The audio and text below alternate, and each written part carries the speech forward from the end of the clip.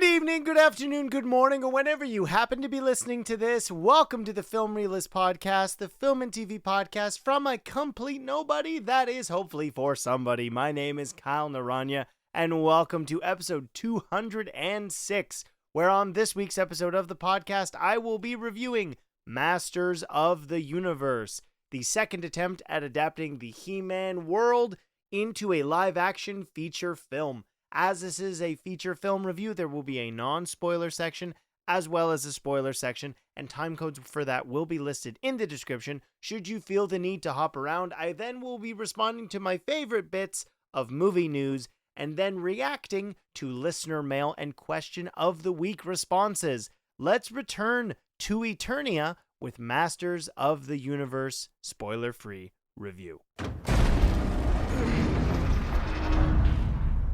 Whoa. It is quite heavy, so if you could just... Oh my god, yeah. Your loincloth is in my... Sorry. Fine. Now, because this is a Gen X property, at least the majority of the fandom, it's relevant as a millennial to give context for what I know about this universe and my fandom, if any, to said intellectual property. I am aware of the 80s-ness of this franchise. I would say it's not in the S tier or even A class of that era. You, of course, had Transformers, G.I Joe, and then you've got like Thundercats and Voltron. I loved me some Voltron. And then, of course, that bled into my love of Power Rangers. But He-Man was not one of those shows that I really was invested in at all. If you're a longtime fan of the podcast, you know actually that the reason I love He-Man now is because of the two series brought to us by Kevin Smith, which I absolutely adored. What I love so much about what that did for the franchise was it took this character and it treated it seriously within a new show that gave you animation that you have in your memories. But then, of course, we go back and we look at that different era of not holding up remotely in terms of quality, specifically with anything really that came from Filmation in the 1980s. All of those shows, even some of the best ones, were toy commercials. He-Man, maybe more than any of them, maybe tied with Transformers. The world of Eternia and its characters were wild, and to treat them with respect and tell interesting stories was an absolute win from Masters of the Universe Revelation and Masters of the Universe Revolution. And it's unfortunate that I do not think we are going to be getting any more of that series, which is truly sad because the way that they were able to weave in a faithfulness of Eternia and tell the most interesting stories, I've not read a ton of the comics, of Eternia, and thoroughly made me invested and love these characters. So my approach to this franchise is through that realm. I've seen maybe the original pilot of the 80s show. So I'm going into this excited. If you've watched my trailer reactions, the most liked thing I've done on TikTok is my Masters of the Universe teaser trailer reaction, because this world and the people in it are so entertaining, but there's a mythos, there's a love of this franchise, and anything that Travis Knight has brought himself to, you can see all of that in those projects, whether it be Bumblebee, which gave us the most faithful adaptation of Generation 1 Transformers with that first, I believe it's about 15 minutes on Cybertron, and then really did sort of remake Transformers 1 in the best way possible.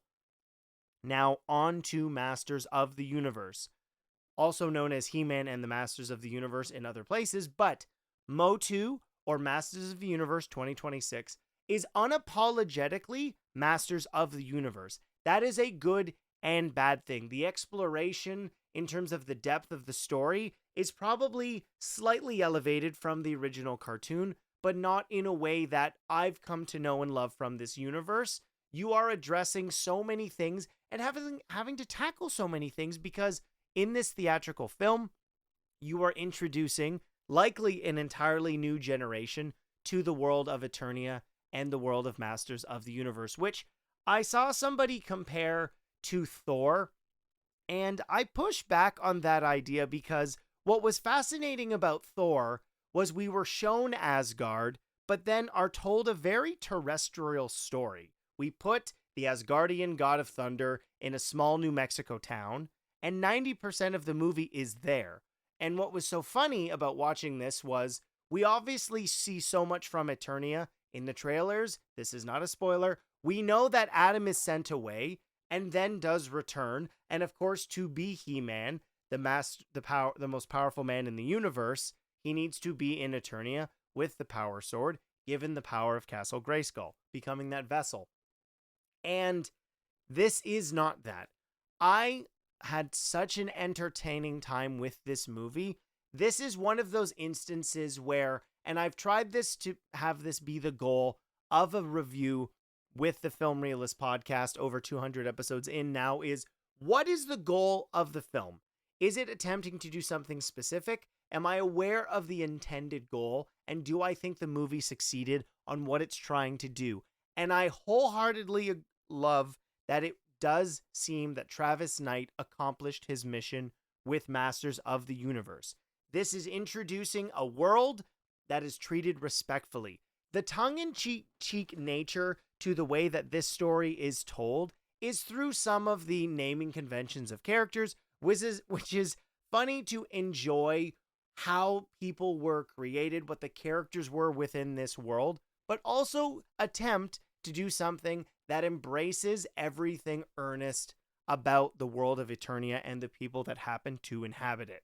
We have some changes to the canon, which I will get into in full spoilers, but I had a blast with this. There is this aspect of making blockbuster films, specifically within the comic book genre, and there have been comics from He-Man and the Masters of the Universe, where since the dawn of the MCU, there is almost a side-eye aspect to some of this. We're going to be playing up the idea that we don't necessarily think this is all serious, maybe more often than audiences would necessarily appreciate, and He-Man has fun with the insanity presented in front of you, but not in a way where it feels like it's making fun of this thing itself. Transformers, ironically, as already stated, a universe in which Travis Knight has already played in, doesn't do that here with Masters of the Universe. Adam is true to the character that audiences know, specifically, I would say, much more in line with the 80s version, and Nicholas Galitzine really brings that earnest nature that I would say almost to some degree a doe-eyed, radically different version of what you might expect you would get from He-Man, which is obviously this immensely physically built, muscular hero that is the epitome of the 80s. It is a jacked man beating people up with a power sword. There's no subtlety to any of He-Man. And that works for what they're trying to do with this movie. This film is introducing its world, its main characters, why people love it, and enjoying what people like about it without feeling like it's taking the piss out of people who like it. You're not talking down to an audience. One of the worst aspects, specifically with Transformers, which is maybe the most adept conversation to have around this or any sort of comparison, is that it made fun of Transformers fans and lore. Yes, you love this thing. Isn't it so stupid? And to have the creative force and visionary behind a franchise you love treat it that way can feel very demeaning and offensive. If you love a specific 80s franchise, 90s franchise, 2000s franchise, you're excited to see what people are going to do with that thing you love.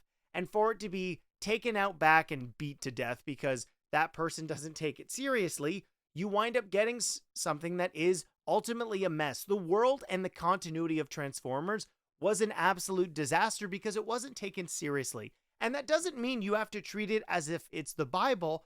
You have to take the inspiration of what the faithful adaptation of that property would present in front of you. That is Masters of the Universe. It is silly. It is wild. It is over the top. There is quite literally, and you see this in the trailers for the film, Nicholas got into absolutely incredible shape for this movie. And the way in which they choose to hide it from the audience, as well as the other characters, is he is in baggy clothes, which feels perfectly in line with comments and criticisms to the original cartoon, which was it was cheaper to have the He-Man animated cartoon model just be the same as He-Man with a different costume on. There was no growth to that character from any physical attributes whatsoever. He just happened to be wearing less clothes. And the fact that Travis Knight understands the spectrum of which He-Man has permeated the pop culture zeitgeist is incredibly important. There is a sequence throughout this film that I was laughing because it appreciated, as a millennial, what my perspective and springboard moment into this franchise would be. I am not going to spoil it here, but I love that that's in here because when you have a franchise that has existed for as long as Masters of the Universe has, which is 44 years old, the original cartoon when it debuted, and getting this show now, this film now, which addresses its generational fandom by bringing in all those different elements and presenting a kind of film we haven't had since Dungeons and Dragons: Honor Among Thieves. I loved that movie, and it was unfortunate that regardless of it being a familiar world, with it being a fantasy film, what Goldstein and Daly were able to do with that was truly make something original in a world that people were aware of that was so entertaining, so funny, but really about the characters that happen to be inhabiting the world presented in that film.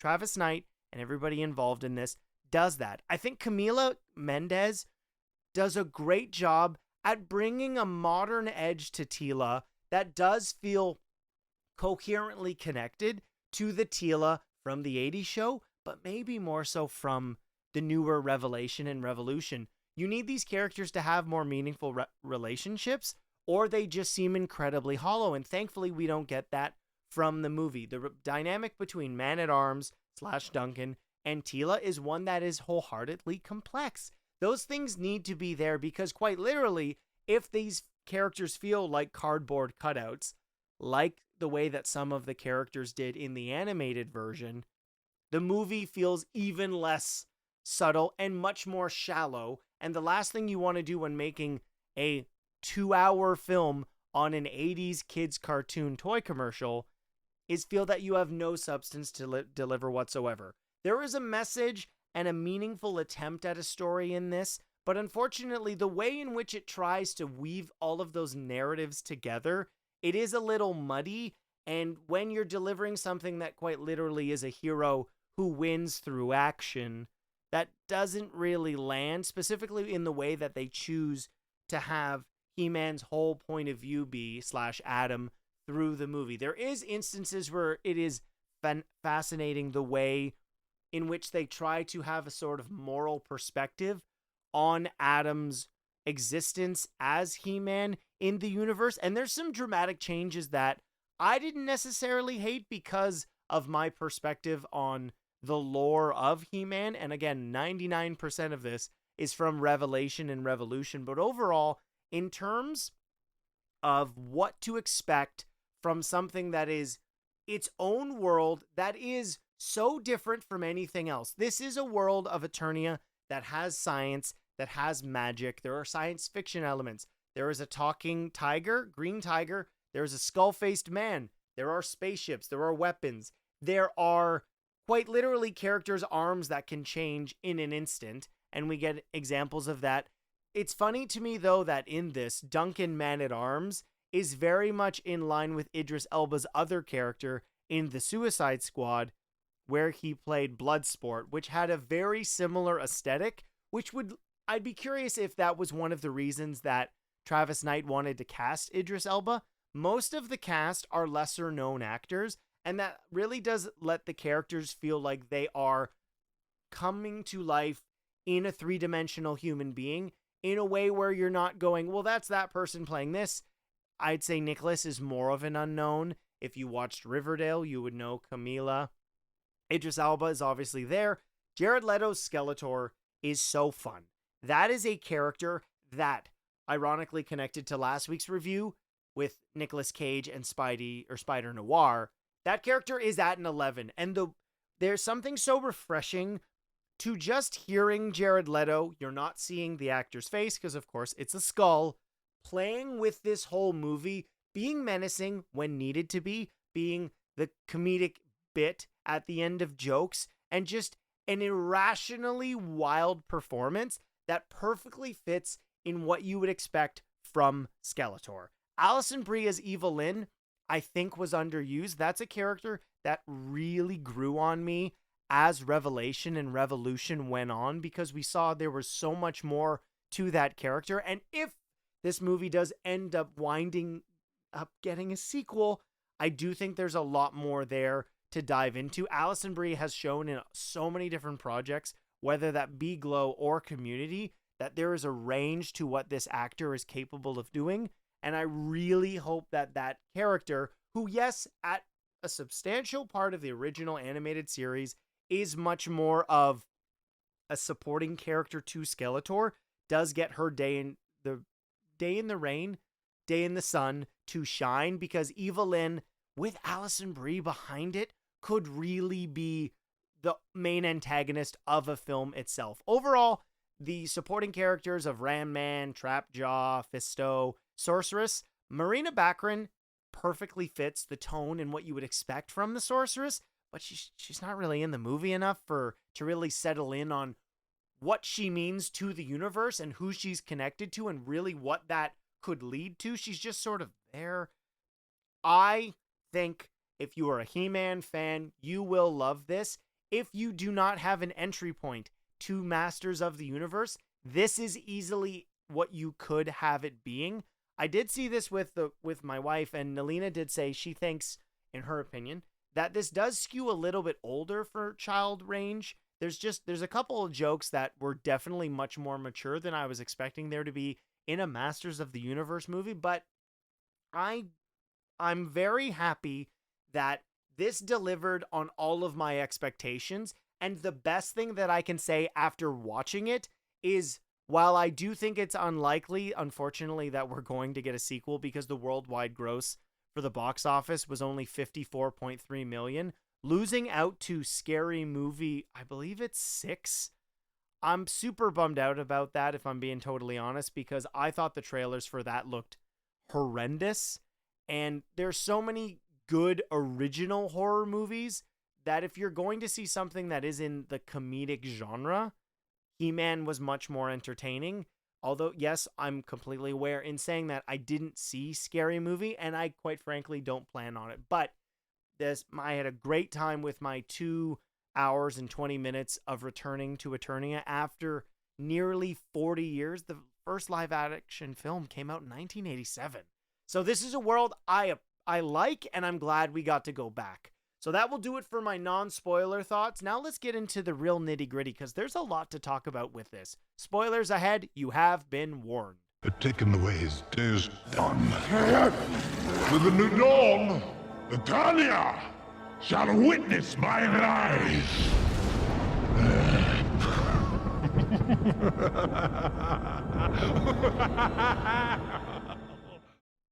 One of the most maybe controversial elements of Masters of the Universe Revelation was, 1, they killed off He-Man, and 2, part of the revelation was the reveal to specifically Teela, who was Adam's best friend, was that Adam himself was He-Man.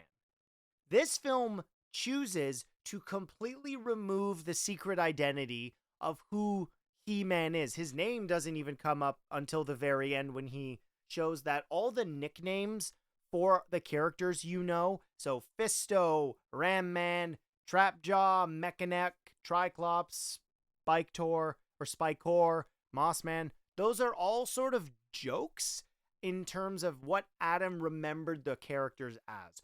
So I found that interesting because outside of that, everything else about Eternia and its world, its lore, its mythos is treated quite seriously. So the balancing act of sort of feeling like you are in a silly Flash Gordon or Thor or Guardians of the Galaxy, and Nicholas has talked about his influence, and you can see some of that in here because Adam himself as the prince is sort of a buffoon in as a child, he's smaller and picked on, and one of the parts that I wish the film managed to hit more effectively was an exploration of masculinity. Now, there is a generation that would absolutely hate for that to be an element of this movie, but when the iconography of He-Man and Masters of the Universe is this massive, super jacked man who is powerful and defeats others through, let's be totally honest, violence, that's not necessarily the worst idea for it.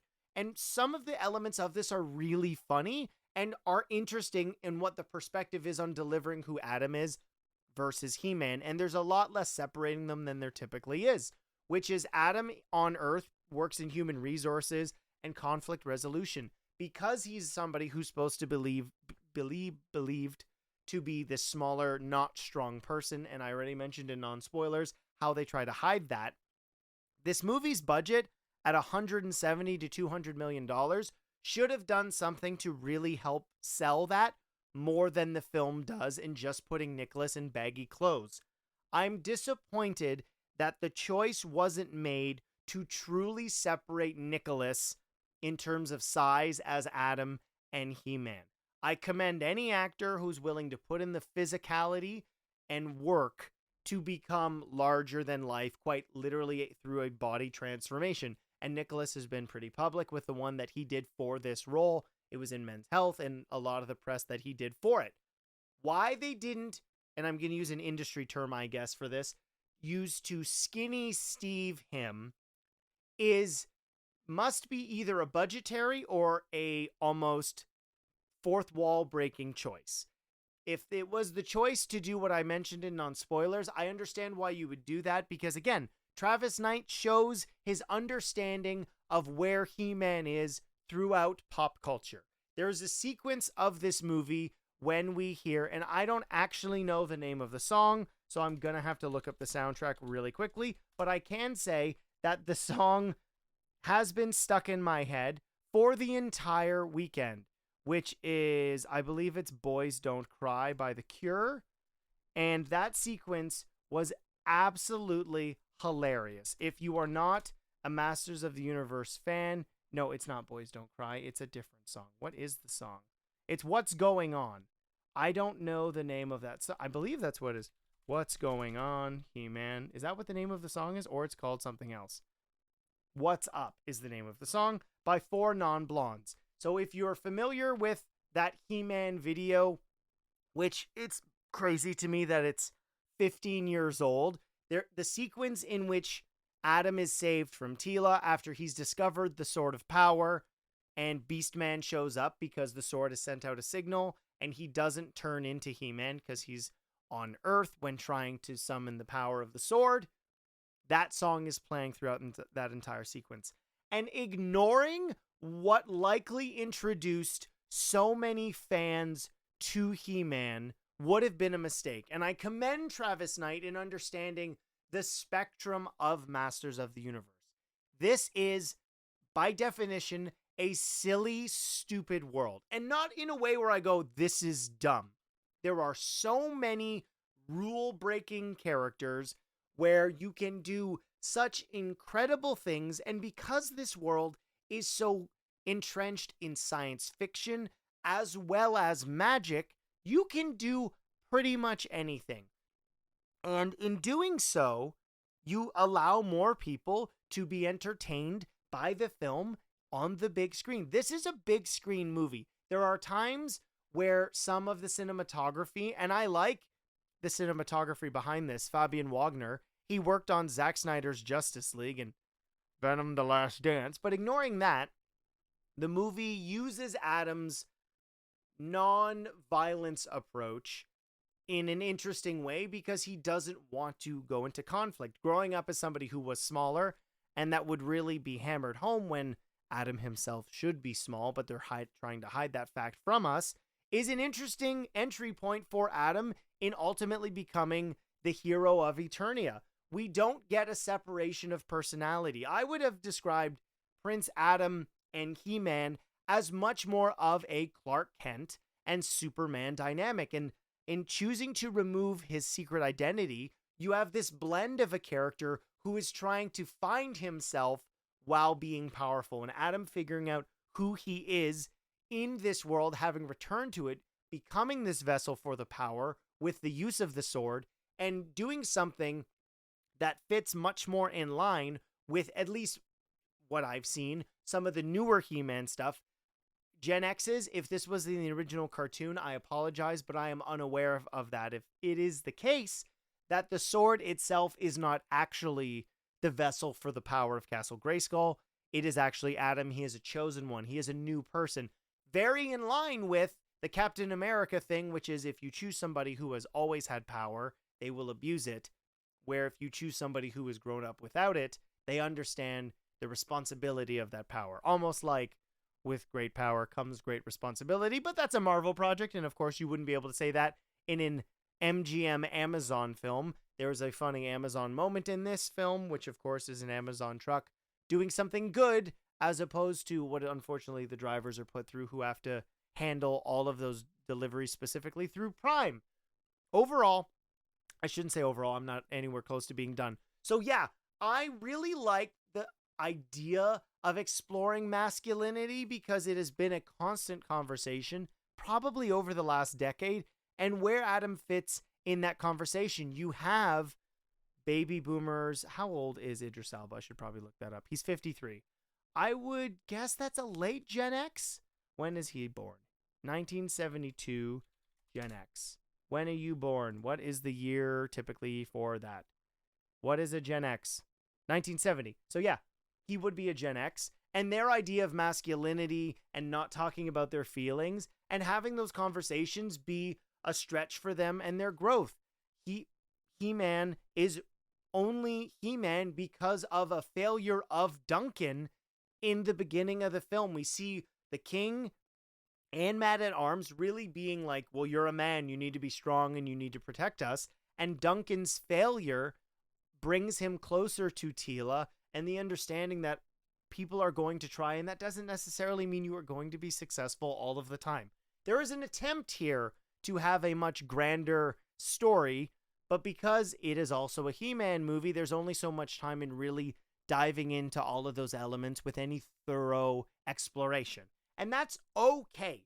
You don't need the film to be this massive, serious drama. That won't work in the world of Eternia. Masters of the Universe, at the end of the day, is a lot of really cool people fighting that look so succinctly different from everybody. And you get all of that in this. We get a great rivalry between Trapjaw and Man-at-Arms, which I really liked. Man-at-Arms is, as I said in non-spoilers, very much blood sport. All of the tech that he's capable of, Teela is very competent fighter. And we get a bunch of the supporting characters that are so specific in what they're capable of. They're definitely going to be a toy, which obviously they were.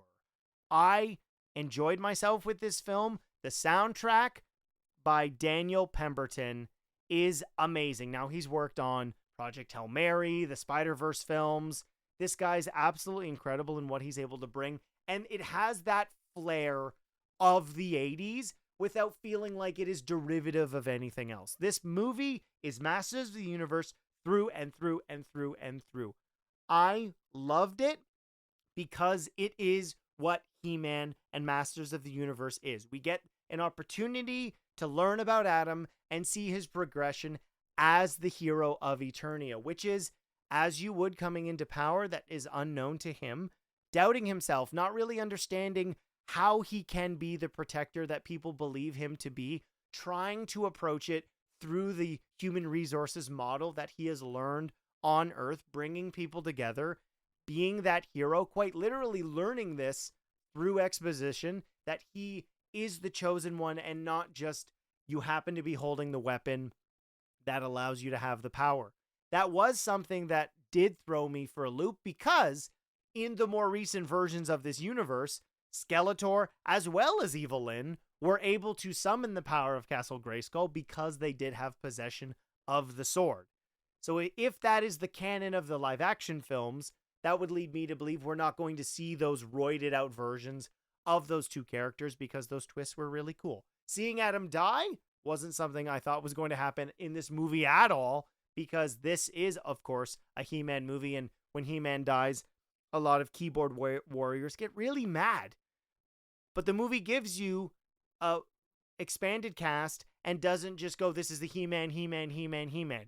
You need an ensemble to be interesting and to have a fun back and forth, or the movie at the end of the day is just not fun to watch. You can have stories with small casts, and this movie really does do that for the most part. There's a handful of characters we really get to focus on. The production design is awesome. I'm so glad that they built so many of these sets or went to real locations, because it makes this world of Eternia feel tangible. It doesn't just feel like a volumetric set, although there are some background replacements that I didn't necessarily love, but budgets are going to be what they are. I don't think we're going to be getting a sequel, unfortunately, unless this has an absolutely incredible second weekend. It is frustrating to a fan of fantasy and science fiction that this is a much more original world that people aren't bored of, like so many other franchises. I'm going through my June and July calendars, and there's a lot of stuff that is just sequels, which is not always a bad thing, but it can burn you out sometimes if there's nothing new to say with those worlds. We've only had 2 He-Man / Masters of the Universe films, and while the 1987 film is a very much more so a mess, it does have Frank Langella as an absolutely incredible Skeletor. The cast in this understood the assignment, the director in this understood the assignment, and they delivered a great first entry into this new version of the universe. And the fact that it ends on a post-credit scene for Princess Adora, aka She-Ra, that may never have payoff is truly disappointing. As a fan of this world, I am a fan. Now, I may not have been born in the 80s, but I guess I'm one at heart. That'll do it for my spoiler review of Masters of the Universe. I believe it had the power! And now it's time to move on to my favorite movie news of the week. Tonight at 11. Doom! We're sitting on top of the story of the century here. But that's not all, folks. Here's the real blockbuster. Brace yourselves, you might want to sit out. And I need all of you to stop what you're doing and listen. All right, here is the movie news that I have written up for this week. So it's not a ton, but it's enough that I'm looking forward to talking about, which is, Jermaine, I hope you're listening to this, because the first thing is some DCU Studios stuff. We got our first official look at the Lex Luthor suit as they started shooting outside in a real street. I think they're in Atlanta. And he is also fighting Superman, as well as we do know now, James Gunn revealed that the film has a 2-year real-time time jump set after Superman in 2025. We know Man of Tomorrow will be 2 years later because it is coming out, of course, in July of 2027. What's awesome about this is all of the announcements for Man of Tomorrow were 3 different comic book artists showing us their interpretation of the Lex Luthor suit. The Lex suit is something that I was very first introduced to with Superman, Batman, Public Enemies, which of course had Lex Luthor taking kryptonite laced steroids to make himself stronger. I still do think that could be a part of this story, because last time we saw Lex Luthor in Peacemaker Season 2, he had a limp after being absolutely assaulted by Krypto at the end of Superman. So we have some vague understanding that these characters are going to be working together when, of course, fighting off Brainiac. We know that Supergirl is also going to be in Man of Tomorrow, as well as some other potential Justice League members, as Aaron Pierre and a bunch of other people. But the fact that we see these characters in conflict, Superman and Lex Luthor, isn't super shocking, pun intended, because, of course, I've said of course way too many times in this episode, and I'm realizing that as I'm speaking. These characters are only going to be working together because of a threat that is global for the entire world itself. They're going to fight against them. Would it be shocking that Brainiac and Lex Luthor team up? No, it has happened in a wide variety of interpretations, maybe most famously for millennials in Justice League Unlimited at the end of the second season of that show, where they teamed up together, leading to an amazing Flash moment that, if you're unaware of it, check it out. It's awesome. Absolutely cool to see those two characters work together. And Lex Luthor, being the conniving backstabber that he is, maybe he makes an alliance with Brainiac to kill off Superman. I'm not assuming this stuff's going to happen. I just am sort of predicting based on what I know of those characters. It's cool to see that they're shooting in real streets. There have been some minor adjustments to the Superman costume, which is not shocking. The first iteration, if it's not perfect, usually you sort of fine-tune it.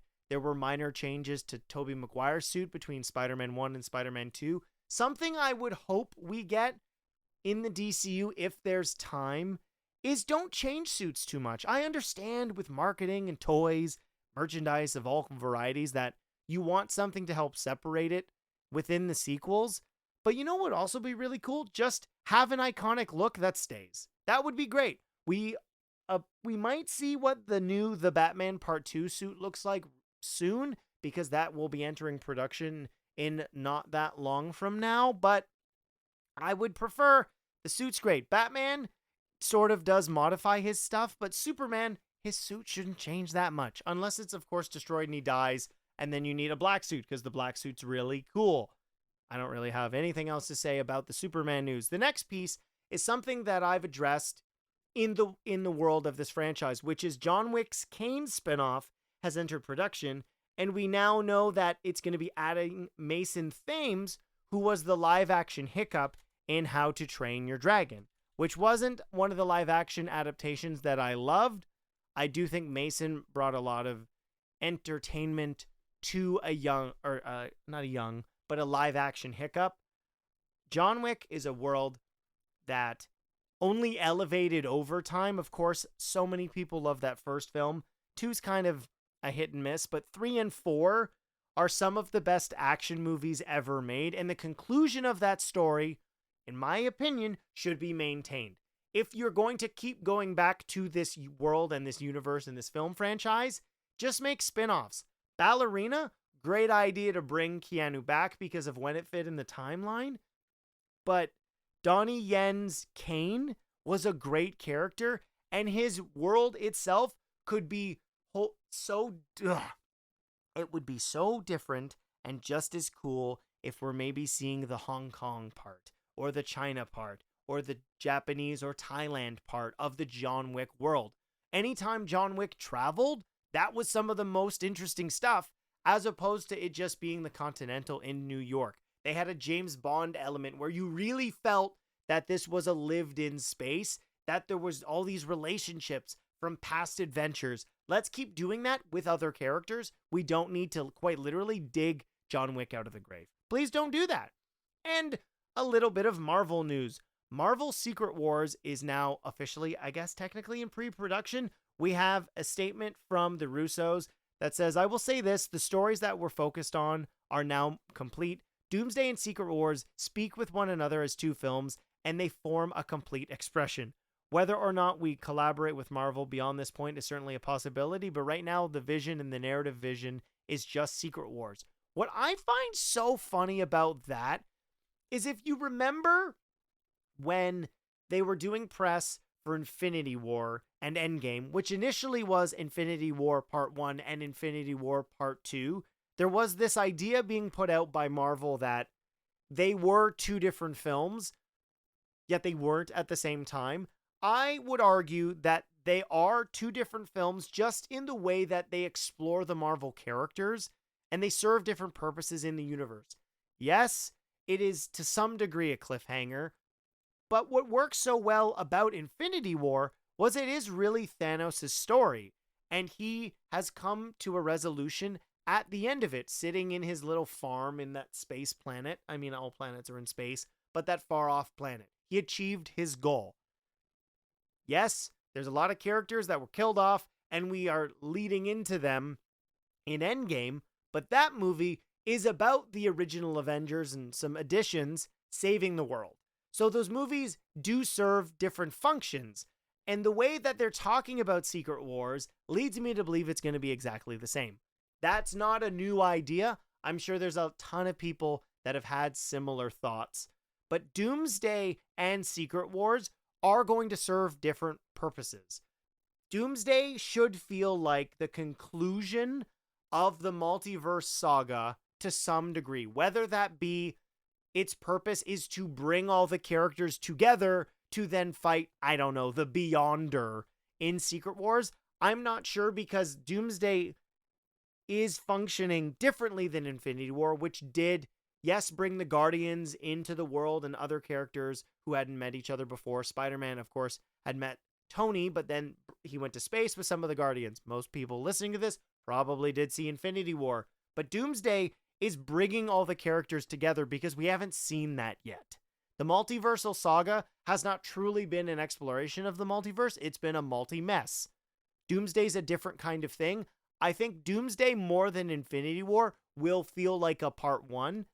The likelihood of Robert Downey Jr. being killed off as Doctor Doom, I think, is much more likely if we have a different villain for Secret Wars. But the newer version of Secret Wars did have Doctor Doom being much more connected to that story. So I don't know, but I am excited for what we are going to be getting at the end of December from Avengers Doomsday. But before we do get that, there is Spider-Man Brand New Day, which I am just as excited about because we finally get what we expected from a Spider-Man film, but that's maybe only from millennials who grew up on the Tobey and Andrew Garfield films.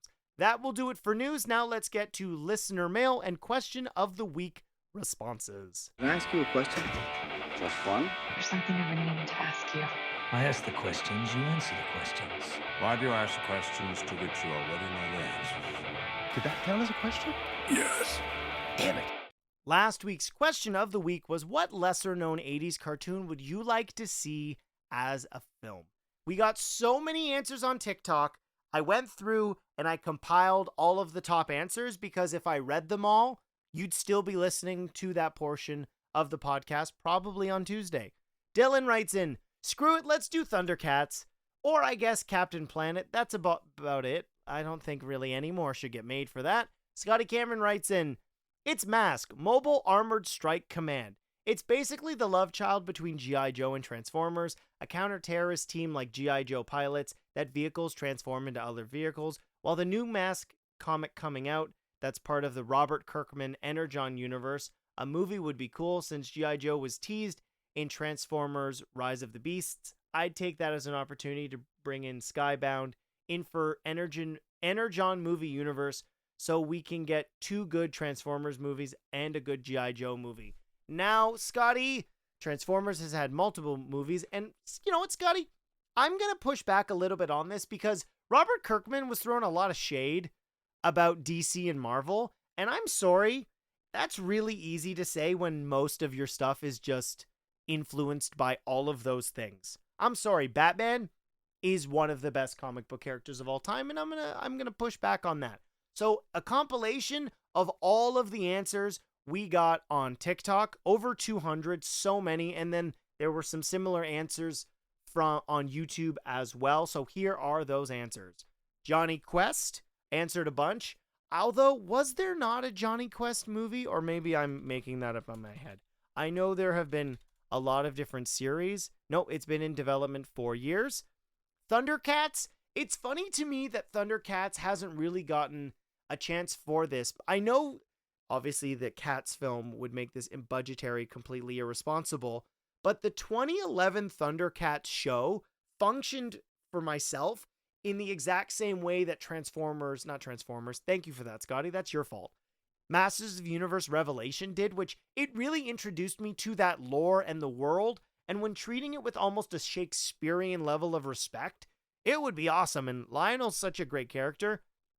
It's too bad that show came out in 2011, really before streaming hit, because Voltron Legendary Defender, which is getting a movie, so Voltron was removed from a possibility, is a great version of that show, and that's, again, the best version of that story. Mask was brought up a lot.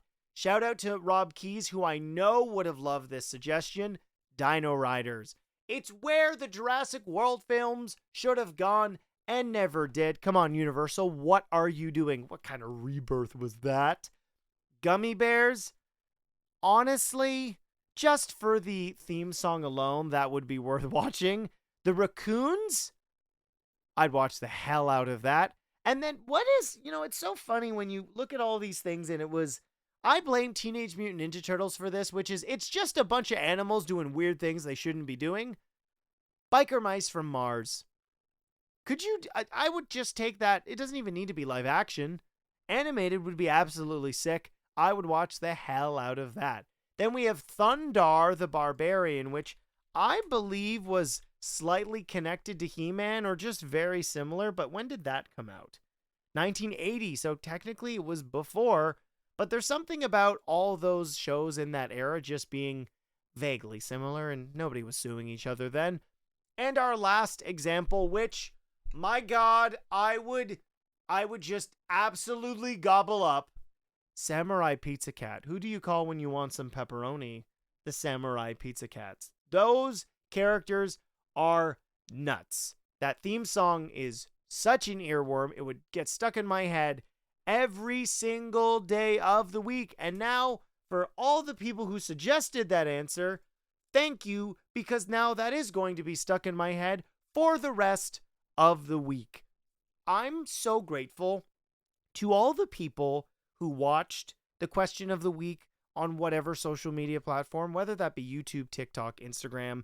It really means a lot to me that just simply me asking a question about what's coming up for the podcast gets so many interactions, because it means people are interested in what's going to be on the podcast. So if you responded to that TikTok or that YouTube short or reel, whatever, if you responded or if you commented on that vertical reel, please come check out the podcast and comment on YouTube or Spotify, hey, that was me, because it would be great to see the sort of cross-pollination from the two different parts of the Film Realist podcast. Now, on to next week's question of the week, which is inspired by Disclosure Day, which is the next film from Steven Spielberg. So it is the simplest question, because believe it or not, this is the very first Steven Spielberg review that is going to be on the podcast. What is your favorite Steven Spielberg film? To let me know, you can comment below. I said this already, but I'll say it again on YouTube and Spotify. You can email the podcast, filmrealistpod@gmail.com, or you can add the hashtag QOTW and just make sure to @the Film Realist on whatever social media platform you choose to use. Film Realist is on them all.